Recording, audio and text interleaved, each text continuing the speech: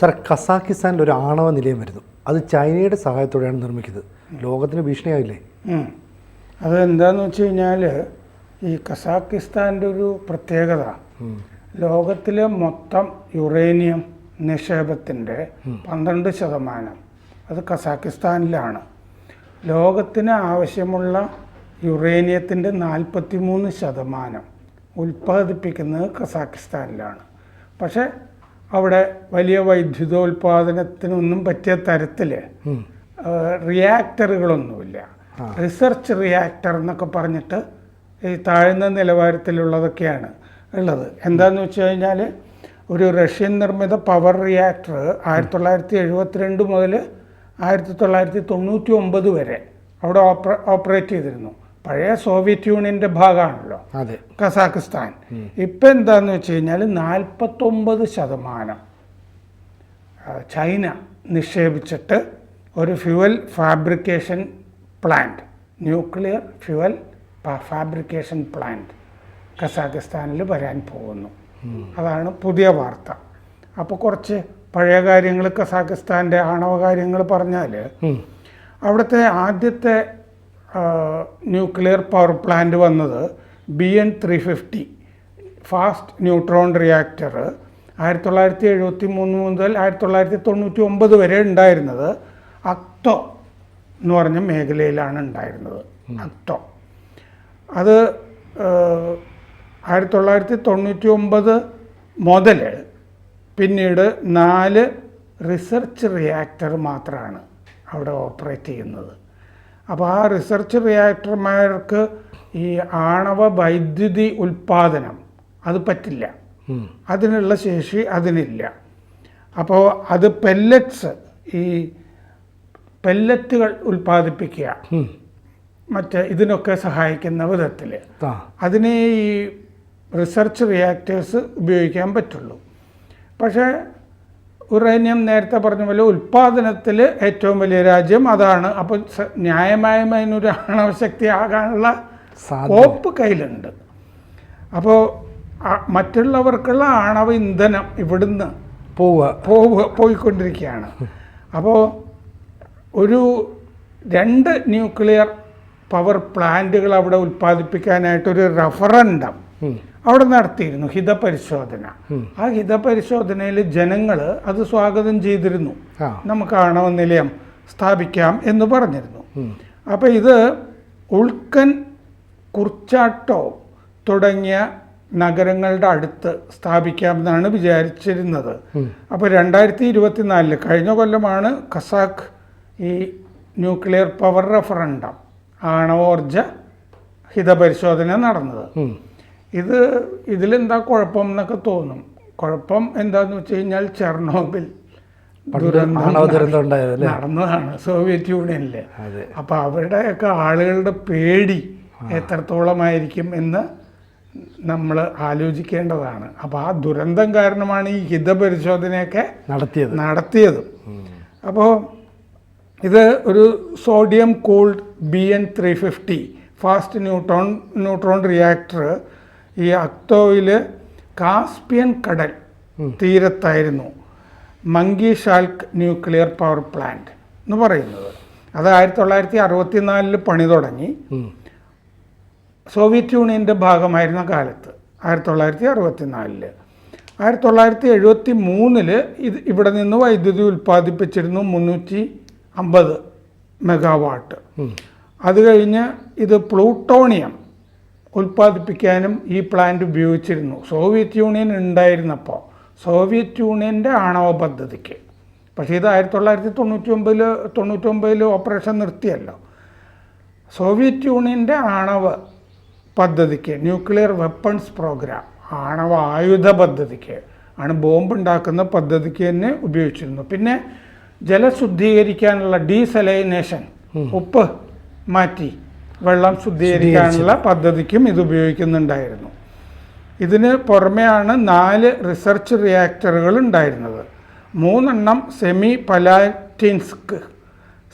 പലാറ്റിൻസ്ക് എന്ന് പറഞ്ഞ സ്ഥലത്താണ് ഈ ആണവ പരീക്ഷണങ്ങളൊക്കെ നടക്കുക.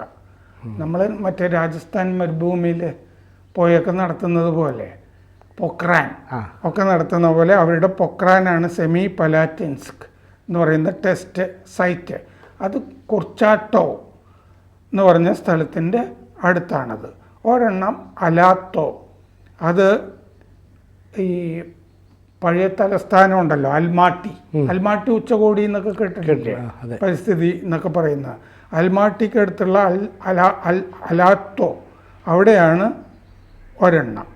പിന്നൊരു റിസർച്ച് റിയാക്ടർ കുർച്ചാറ്റോവിൽ തന്നെ 60 മെഗാവാട്ട് ഈ താപനിലയം ആണ്. അത് 1989 തുടങ്ങി 1998 അതില്ലാതായി. അത് ഡിസ്അസംബിൾ ചെയ്തു, അഴിച്ച് നീക്കി.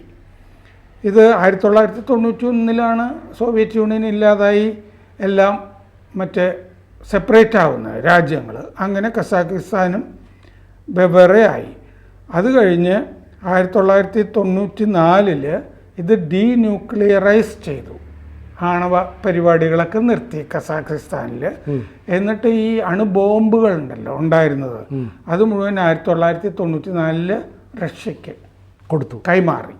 അങ്ങനെ ഇതിൻ്റെ അകത്ത് കസാഖിസ്ഥാനിൽ അണുബോംബൊന്നും ഇല്ലാതെ വന്നു. മാങ്ഷിലാക്ക് പ്ലാന്റിൻ്റെ ആയുസ് 1993 തീർന്നു. അപ്പോൾ 1994 ജൂണിൽ ആ പ്ലാന്റ് അടച്ചുപൂട്ടി, റിയാക്ടർ അടച്ചുപൂട്ടി. കാരണം ഇന്ധനം വാങ്ങിക്കാനുള്ള പൈസയില്ല. കസാഖിസ്ഥാൻ വലിയ ദരിദ്ര രാഷ്ട്രമാണ്, പണമില്ല ആണവശക്തിയാകാൻ. അപ്പോൾ 1995 ആ പ്ലാന്റിൻ്റെ ലൈസൻസും പോയി. അപ്പോൾ അതുകൊണ്ട് 1999 ആയിക്കഴിഞ്ഞപ്പോൾ ഇതിൻ്റെ മറ്റേ പണിയൊക്കെ തീർന്നു. പിന്നെ മറ്റുള്ളവർക്ക് കൊടുക്കാനുള്ള ന്യൂക്ലിയർ ഫ്യുവൽ ഉണ്ടാക്കുക എന്നുള്ള പരിപാടി മാത്രമായി ഇവർക്ക് കസാക്കിസ്ഥാൻ്റെ കയ്യിൽ. അപ്പോൾ ഈ അവസ്ഥയിലാണ് ഇപ്പോൾ ചൈന അതിൻ്റെ സഹായത്തിന് എത്തിയിരിക്കുന്നത്. 49% നിക്ഷേപിക്കാം എന്ന് പറഞ്ഞിട്ട്. 2023 ഇത് ഈ വൈദ്യുതിക്കൊക്കെ വേണ്ടിയിട്ടൊക്കെ ഉള്ള ഉൽപ്പാദനം 21,112 TV ആയിരുന്നു. 2024 21,000 TV. 13 യുറേനിയം ഖനന പദ്ധതികൾ കസാഖ്സ്ഥാനുണ്ട്, 13 അത് കസാറ്റോം പ്രോം എന്ന് പറഞ്ഞൊരു കമ്പനിയാണ് ഈ പദ്ധതിയൊക്കെ നടത്തുന്നത്. ഒരേ ഒരു കമ്പനി, 3 ആ കമ്പനി നേരിട്ട് നടത്തുന്നു. ബാക്കി 10 സംയുക്ത സംരംഭങ്ങളാണ്, ജോയിൻറ്റ് വെഞ്ചർ ആയിട്ട് മറ്റ് കമ്പനികളുമായിട്ട് ചേർന്നാണ് അവർ നടത്തുന്നത്. ഈ കഴിഞ്ഞ ജനുവരി 8 കസാഖിസ്ഥാൻ്റെ പ്രസിഡന്റ് കാസിം ജുമാർത്ത് തൊക്കായേവ് ഈ ആദ്യമായിട്ട് കസാഖിസ്ഥാൻ ഒരു ന്യൂക്ലിയർ പവർ പ്ലാന്റ് പണിയാണെന്നുള്ളത് പരസ്യപ്പെടുത്തി. പുറം ലോകത്തോട് ഈ ജനുവരി 28 പറഞ്ഞത്. എന്ന് പറഞ്ഞാൽ കഴിഞ്ഞ ആഴ്ച ആണ് പരസ്യപ്പെടുത്തിയത്. നോർത്ത് സൗത്ത് വൈദ്യുതി ഗ്രിഡിനെ സഹായിക്കാനൊക്കെ കഴിയും.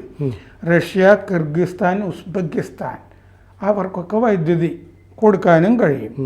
അൽമാട്ടിയിലായിരിക്കും ആദ്യ പ്ലാന്റ് എന്നാണ് കരുതുന്നത്, ഈ വരാൻ പോകുന്ന പ്ലാന്റ്.